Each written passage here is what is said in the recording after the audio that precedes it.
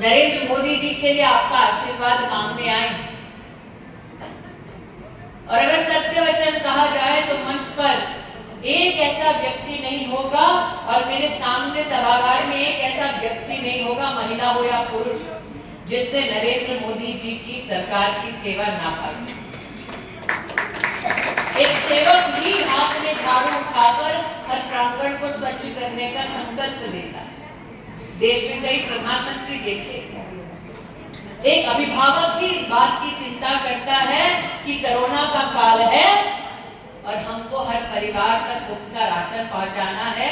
80 करोड़ लोगों को सतत 3 वर्ष उनके दरवाजे पर राशन पहुंचाना ये साधारण नहीं, असाधारण शक्ति है जो प्रभु की असीम कृपा है और जनता का अथक प्रयास उनका सहयोग।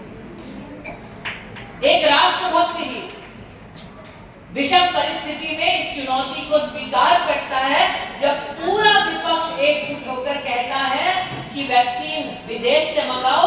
एक राष्ट्रभक्त ही दंगे की चोट पर कहता है कि हिंदुस्तान में इतनी क्षमता है कि हम कोरोना की वैक्सीन हिंदुस्तान में बनाएंगे और हर हिंदुस्तानी तक मुफ्त में पहुंचाएंगे। कितने लोग ने कोरोना की वैक्सीन लगाई? हाथ उठाइए। लगाई? 2 लगाई, 3 लगाई? दीदी 2 लगाई हो मतलब एक टीके की बाजार में कीमत थी 600 रुपए, 2 लगाई मतलब 1200 रुपया, 3 लगाई मतलब 1800 रुपया, और अगर 3 लगाई हो 1800 रुपये का, घर में अगर 5 व्यक्ति हैं, सदस्य हैं, तो इसका मतलब गरीब परिवार की जेब में 9000 रुपये की जरूरत थी। था क्या गरीब के पास इतना पैसा? अगर नरेंद्र मोदी मुफ्त के टीके की व्यवस्था ना करते इस देश में कितने गरीब मारे जाते, ये सोचिए। इसलिए आज जब भाजपा के कार्यकर्ता डंके की चोट पर कहते हैं अब की बात जनता कहती है 400,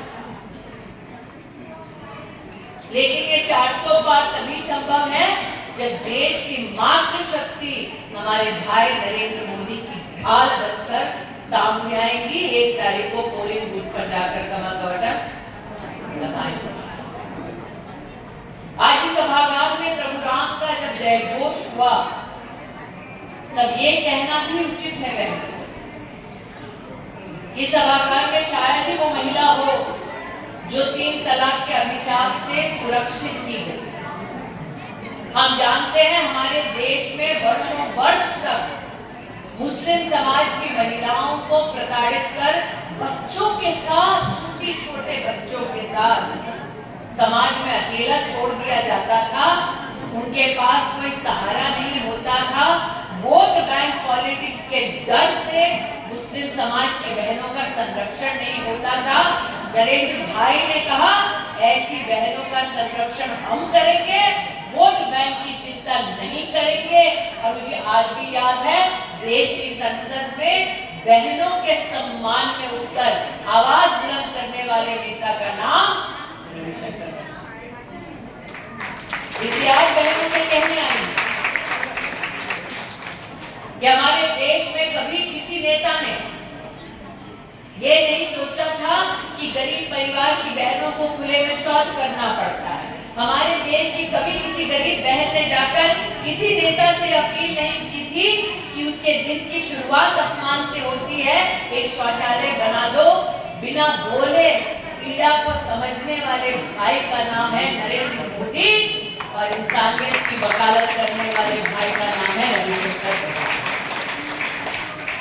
इसलिए बहनों से कहने आई हूं, नंदकिशोर जी ने तो आप सबका आह्वान करा दिया, भाई का साथ नहीं छोड़ोगी। बहन अपने संरक्षण के लिए, दूसरी महिलाओं के सम्मान के लिए 1 तारीख को पोलिंग बूथ पर जाएंगे नंदकिशोर जी और कमल का बटन दबाएंगे।